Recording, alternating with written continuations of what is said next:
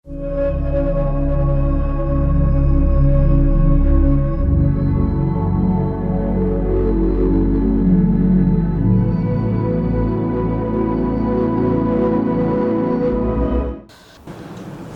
വീണ്ടും പുതിയൊരു വീഡിയോയിലേക്ക് സ്വാഗതം. ഇന്നത്തെ വീഡിയോ സൈൻ വേവ് ഇൻവെർട്ടറിനെ കുറിച്ച് തന്നെയാണ്. എല്ലാവരും അവസാനം വരെ കാണണമെന്ന് അഭ്യർത്ഥിക്കുന്നു. അപ്പോൾ നമ്മൾ ഇന്നിവിടെ നോക്കുന്നത് സോളാർ ഇൻവെർട്ടറിൽ ഉപയോഗിക്കുന്ന മദർ ബോർഡിനെ കുറിച്ചാണ്. ഇത് 24 വോൾട്ടിൻ്റെ മദർ ബോർഡാണ്. അപ്പോൾ ഇവിടെ ഞാൻ 2 ബോർഡാണ് വെച്ചിരിക്കുന്നത്. 2 ബോർഡും 24 വോൾട്ടിൽ പ്രവർത്തിക്കുന്നതാണ്. അപ്പോൾ ഇതിൽ സോളാറിൽ പ്രവർത്തിക്കുമ്പോഴുള്ള പ്രത്യേകത എന്ന് പറഞ്ഞു കഴിഞ്ഞാൽ നമ്മൾ 2 പാനലൊക്കെ വെച്ചിട്ട് 200 AH അല്ലെങ്കിൽ 220 240 ഒക്കെ വെച്ച് ബാറ്ററി ചാർജ് ചെയ്യുകയും പകല് ലൈവ് മോഡ് ഉപയോഗിക്കുകയും രാത്രി സോളാർ മോഡ് ഉപയോഗിക്കുകയും ചെയ്യുന്നു. അപ്പോൾ അത് കണ്ടിന്യൂസ് വർക്കിംഗ് ആണ്. അതായത് 24 അവേഴ്സും ഇൻവെർട്ടർ വർക്ക് ചെയ്തുകൊണ്ടിരിക്കുകയാണ്. ഇതിന് സ്വാഭാവികമായിട്ടും ഒരു റെസ്റ്റ് ഇല്ല എന്നൊരവസ്ഥയാണ് ഉണ്ടാകുന്നത്. അപ്പോൾ നമ്മൾ പകല് ബാറ്ററി ഫുള്ളായ ശേഷം ഒരു 10% വെച്ച് ബാറ്ററിയിൽ നിന്ന് ഡിസ്ചാർജ് ചെയ്ത് വൈകുന്നേരം ഏകദേശം ഈ സമ്മർ സീസണിൽ ഒരു 5:30 വരെയെങ്കിലും നമുക്ക് ബാറ്ററി ചാർജിങ് സഫീഷ്യൻ്റ് ആയിട്ട് നടക്കുന്നു. ഡേ ടൈമിലാണെങ്കിൽ ഒരു 8 മണി മുതൽ ചാർജിങ് സഫീഷ്യൻ്റ് ആയിട്ട് നടക്കുന്നു. അപ്പോൾ സോളാറിൻ്റെ പ്രവർത്തനം അതാണ്, ബാറ്ററിയെ ഫുള്ളാക്കി വെക്കുക. അപ്പോൾ പകൽ ആവശ്യത്തിന് സോളാറിൽ നിന്നും ബാറ്ററി 10% ചാർജിങ് നടത്തിക്കൊണ്ടിരിക്കുന്നു.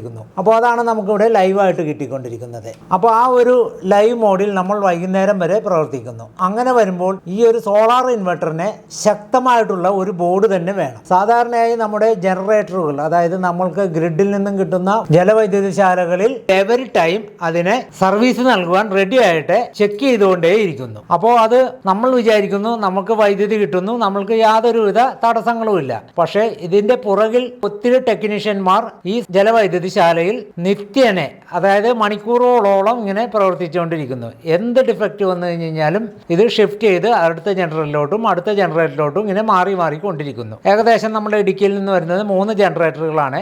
അപ്പോൾ ചില ടൈമിൽ 2 ജനറേറ്ററുകൾ പ്രവർത്തിക്കുന്നു, ഒരു സ്റ്റാൻഡ് ബൈ ആണ്. അപ്പോൾ എന്തെങ്കിലും കാരണവശാൽ ഒരെണ്ണത്തിന് കേടുപറ്റിയാൽ അടുത്തത് വർക്ക് ചെയ്യുന്നു. അപ്പോൾ അവിടെ പ്രത്യേക കെയർ നൽകുന്നുണ്ട്. പക്ഷേ നമ്മുടെ ഇൻവെർട്ടറുകളിൽ നമുക്ക് പ്രത്യേക ഒരു കെയറുകളും നൽകുന്നില്ല. നമ്മൾ പരമാവധി വില കുറച്ച് ഒരു ഇൻവെർട്ടർ വാങ്ങി അതും സോളാറിൽ കണക്ട് ചെയ്യുന്നു. അപ്പോഴുണ്ടാകുന്ന അവസ്ഥ അതിൻ്റെ മദർ ബോർഡിന് ക്ഷീണം സംഭവിക്കുന്നു. അതായത് ആ മദർ ബോർഡിന് താങ്ങാനാവാത്ത നിലയിൽ അത് നിരന്തരം പ്രവർത്തിച്ചുകൊണ്ടിരിക്കുകയാണ്. അപ്പോൾ അതിൽ ഉപയോഗിച്ചിരിക്കേണ്ട ഘടകങ്ങൾ, അതായത് അതിൻ്റെ കമ്പോണൻസും കാര്യങ്ങളും നല്ല ഹൈ എഫിഷ്യൻസി ഉള്ളതും നമ്മുടെ ലോഡ് താങ്ങാനാവുന്ന വിധത്തിലുള്ള കമ്പോണൻസുകൾ ഇതിൽ ഘടിപ്പിച്ചിരിക്കണം. അപ്പോൾ നമ്മളിവിടെ 2 ബോർഡിൽ ഒരു ചെറിയ ബോർഡ് നോക്കാം.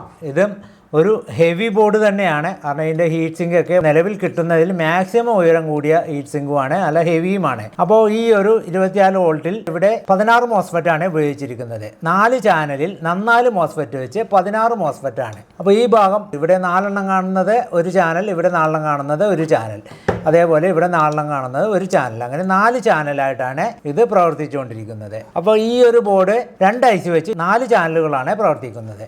പ്രോഗ്രാം സെക്ഷൻ സെയിം കണ്ടീഷൻ തന്നെയാണ് ഇവിടെയും ഉപയോഗിച്ചിരിക്കുന്നത്. അതായത് ഈ വലിയ ബോർഡിലും നോർമൽ ബോർഡിലും ഉപയോഗിച്ചിരിക്കുന്നത്. അപ്പോൾ നമ്മൾ ഈ ഒരു ബോർഡ് ഉപയോഗിക്കുമ്പോഴുള്ള പ്രത്യേകത എന്ന് പറഞ്ഞു കഴിഞ്ഞാൽ ഇത് എക്സ്ട്രാ ഹെവി ആയിട്ട് തന്നെ ഉണ്ടാക്കിയിരിക്കുന്നതെന്ന് പറയാം. കാരണം ഇതിലൊക്കെ നല്ല ഹെവി ആയിട്ടുള്ള കെൽട്രോൺ കമ്പനിയുടെ കപ്പാസിറ്ററുകളാണ് ഉപയോഗിച്ചിരിക്കുന്നത്. ഇതിൻ്റെ ഫിൽട്ടർ കപ്പാസിറ്റർ എന്ന് പറഞ്ഞാൽ ഏകദേശം 20,000 MFD ഇതിന് കൊടുക്കാവുന്ന രീതിയിലുള്ള സെറ്റപ്പാണ് ചെയ്തിരിക്കുന്നത്. സാധാരണ നമ്മൾ പുറത്തുനിന്ന് വാങ്ങുന്ന മദർ ബോർഡാണെങ്കിൽ ഇതിന് ഹീറ്റിങ്ങിൻ്റെ വലിപ്പം ഇത്രയും പൊക്കം ഉണ്ടാകില്ല. അതേപോലെ ഇവിടെ ഇരിക്കുന്ന ഫിൽട്ടർ കപ്പാസിറ്റർ ആണെങ്കിൽ ഒരു ലോക്കൽ കമ്പനിയും അതേപോലെ 4700 MFD പകരം 2200, അതായത് ഏകദേശം 10,000 MFD ആണ് കണക്കാക്കുന്നത്.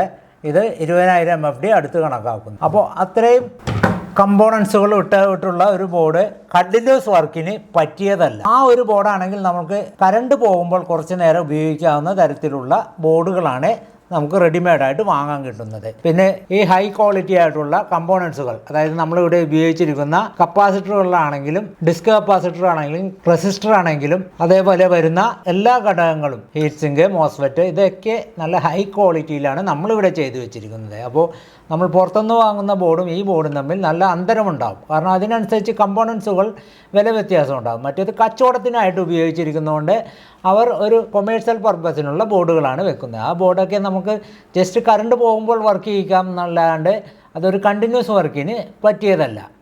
അപ്പോൾ അങ്ങനെ ഒരു ബോർഡ് വെച്ച് കഴിഞ്ഞാൽ നമുക്ക് നിരന്തരം അതിന് സർവീസ് ആവശ്യം വരുന്നതാണ്. അപ്പോൾ നമ്മളിവിടെ ശ്രദ്ധിക്കേണ്ടത് നമ്മൾ വെക്കുന്ന ബോർഡ്, അതായത് ഇൻവെർട്ടറിൽ വെക്കുന്ന ബോർഡ് ചെറിയ ഉപയോഗത്തിനായാലും നല്ല ഹൈ ക്വാളിറ്റിയുള്ള ബോർഡ് വെച്ച് കഴിഞ്ഞാൽ ആ ബോർഡിന് യാതൊരുവിധ തകരാറും പറ്റുകയില്ല. 2-3 മണിക്കൂറൊക്കെ വർക്ക് ചെയ്ത് കഴിഞ്ഞാലും ഇങ്ങനത്തെ ബോർഡാണെങ്കിൽ ഇതിന് യാതൊരുവിധ തകരാറും വരുന്നതല്ല. ഇനിയിപ്പോൾ നമ്മളിവിടെ പറയുന്നത് സോളാർ ഇൻവെർട്ടറാണ്, അതായത് കണ്ടിന്യൂസ് വർക്കിംഗ് ആണ്. 24 hours വർക്ക് ചെയ്യുമ്പോൾ നമ്മൾ ഇവിടെ പറഞ്ഞിരിക്കുന്നത് 16 മോസ്ഫെറ്റ് ആണെങ്കിൽ ഇവിടെ നമ്മൾ ഉപയോഗിച്ചിരിക്കുന്നത് 24 മോസ്ഫെറ്റ് ആണ്. ഹീറ്റ് സിങ്കിൻ്റെ ഹൈറ്റ് ഒക്കെ സെയിം ആണെങ്കിൽ ഇതിൻ്റെ ലെങ്ത് കൂടുതലാണ്. അപ്പോൾ അതിനനുസരിച്ച് ഇവിടെ ഡ്രൈവ് സെക്ഷൻ മാറിയിട്ടുണ്ട്. ഇവിടെ 2 IC വെച്ചിട്ടാണ് ഡ്രൈവ് ചെയ്തുകൊണ്ടിരിക്കുന്നത്. ഇവിടെ 4 IC വെച്ചിട്ടാണ് ഡ്രൈവ് ചെയ്തുകൊണ്ടിരിക്കുന്നത്. 4 ചാനലും ഓരോ IC വെച്ചിട്ട്. ഇവിടെയാണെങ്കിൽ 4 ചാനൽ 2 IC വെച്ചിട്ടാണ് വർക്ക് ചെയ്യുന്നത്.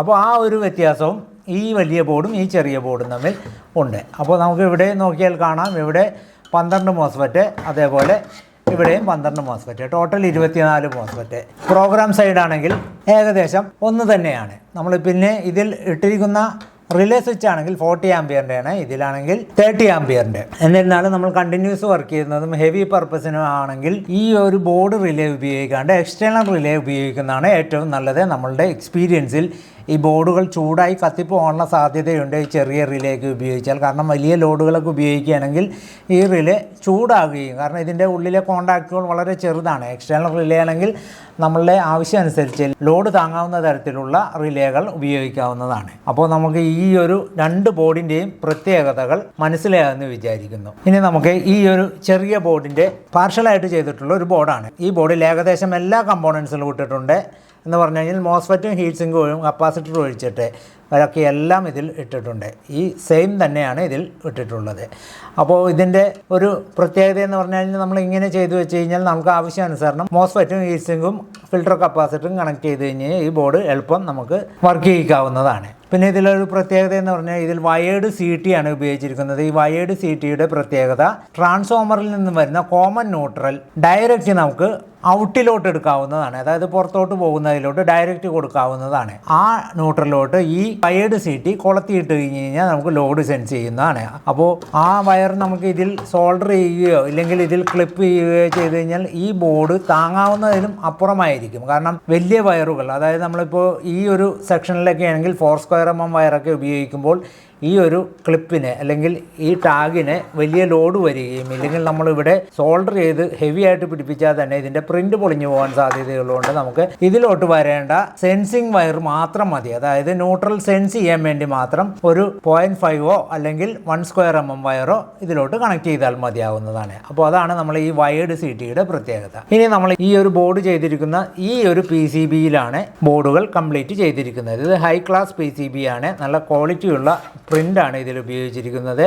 3, 4, 5 പ്രാവശ്യം കമ്പോണൻസിൽ ഊരിയെടുത്തു കഴിഞ്ഞാൽ ഇതിൻ്റെ പ്രിൻ്റ് ഇളകിൽ പോകുന്നതല്ല. അത്ര ഹൈ ക്വാളിറ്റിയിലാണ് ഇതിൻ്റെ പ്രിൻ്റ് ചെയ്തിരിക്കുന്നത്. ഇനി നമുക്ക് വലിയ ബോർഡിനെ കുറിച്ച് നോക്കാം. ഇപ്പോൾ നമ്മൾ ഈ ഒരു വലിയ ബോർഡ് ഭാഗികമായിട്ട് അസംബിൾ ചെയ്തത് എങ്ങനെയാണെന്ന് നോക്കാം. അപ്പോൾ ഈ ഒരു സെയിം ബോർഡിൽ തന്നെയാണ് നമ്മളിവിടെ ഭാഗികമായിട്ട് അസംബിൾ ചെയ്ത് വെച്ചിരിക്കുന്നത്. നേരത്തെ കാണിച്ചതുപോലെ തന്നെയാണ് ഇതിൽ അസംബിൾ ചെയ്തിരിക്കുന്നത്. എല്ലാം ഹൈ ക്വാളിറ്റിയുള്ള സാധനങ്ങളാണ്. നമ്മൾ ഒരു കാര്യം പറയാനുള്ളത്, നമുക്കിവിടെ കമ്പികൾ പരമാവധി നമ്മൾ ഒഴിവാക്കിയിട്ടുണ്ട്. അതായത് ജമ്പർ വയറുകൾ പരമാവധി ഒഴിവാക്കിയിട്ട് നമ്മളിവിടെ ജമ്പർ റെസിസ്റ്ററുകളാണ് ഉപയോഗിച്ചിരിക്കുന്നത്, അതായത് 0 ohms റെസിസ്റ്ററുകൾ.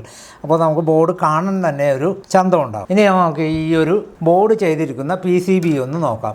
ഈ ഒരു PCBയിലാണ് നമ്മൾ ഈ ഒരു ബോർഡ് ചെയ്തിരിക്കുന്നത്. അതായത് 24 മോസ്ഫെറ്റ് വെച്ചിട്ടുള്ള എക്സ്ട്രാ ഹെവി 24 hours വർക്ക് ചെയ്യാൻ തരത്തിലുള്ള ബോർഡ് ഇവിടെ ഉണ്ടാക്കിയിരിക്കുന്നത്. ഇനി ഒരു കാര്യം പ്രത്യേകം പറയുകയാണെങ്കിൽ നമുക്ക് ഈ ഒരു ബോർഡ് മാക്സിമം 72 വോൾട്ട് വരെ കൊടുക്കാവുന്നതാണ്. അതായത് 72 വോൾട്ട് 6 ബാറ്ററി വെച്ച് കണക്ട് ചെയ്യുന്ന സിസ്റ്റത്തിൽ വരെ കൊടുക്കാവുന്നതാണ്. ഇപ്പോൾ ഞാനിവിടെ ഇപ്പോൾ വർക്ക് ചെയ്യുന്നത് 6 ബാറ്ററി വെച്ചിട്ടാണ് എൻ്റെ വീട്ടിൽ വർക്ക് ചെയ്യുന്നത്. അത് നമ്മൾ ഈ സെയിം ബോർഡ് വെച്ചിട്ട് 72 വോൾട്ടിന് കണക്കാക്കിയുള്ള മോസ്ഫെറ്റും ഫിൽട്ടർ കപ്പാസിറ്ററും മാത്രമേ ഇട്ടിട്ടുള്ളൂ. ബാക്കിയൊക്കെ കമ്പോണൻസ് എല്ലാം സെയിം ആണ്. നമുക്കിവിടെ വരുന്നത് SMPS ആണ് ഇതിൽ വർക്ക് ചെയ്യാൻ വേണ്ടി വരുന്നത്. SMPSൻ്റെ വീഡിയോ നമ്മൾ ഒത്തിരി കാണിച്ചുകൊണ്ട് SMPS കാണിക്കുന്നില്ല. ഇവിടെ നമ്മൾ 24 വോൾട്ട് ആണെങ്കിൽ അതിന് പകരം അവിടെ 72 വോൾട്ട്, ഔട്ട് 12 വോൾട്ട്. അപ്പോൾ നമ്മളിവിടെ പ്രതിപാദിച്ചത് ഫുൾ ടൈം അല്ലെങ്കിൽ 24 hours വർക്ക് ചെയ്യുന്ന ഇൻവെർട്ടറിൻ്റെ മദർ ബോർഡുകൾ നല്ല ഹൈ ക്വാളിറ്റിയും എക്സ്ട്രാ ഹെവി ഡ്യൂട്ടിയും ആയിരിക്കണം. എന്നാലേ ആ ബോർഡ് ഒരു സർവീസും ഇല്ലാണ്ട്